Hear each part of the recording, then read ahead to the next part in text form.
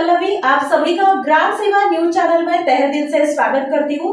ग्राम सेवा news channel Maharashtra में Bhiwandi, Shirdi, Surat, Nashik, Solapur, Bangalore in सभी शहरों में गुजराती के साथ साथ मराठी, तेलुगु और हिंदी माध्यम के द्वारा प्रसिद्ध हुए।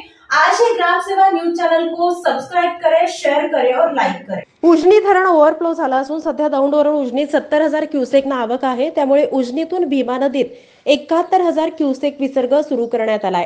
त्यामुळे भीमा नदी काठावरील नागरिकांना उजनी धरण व्यवस्थापन विभागाने सतर्कतेचा इशारा देण्यात आलाय।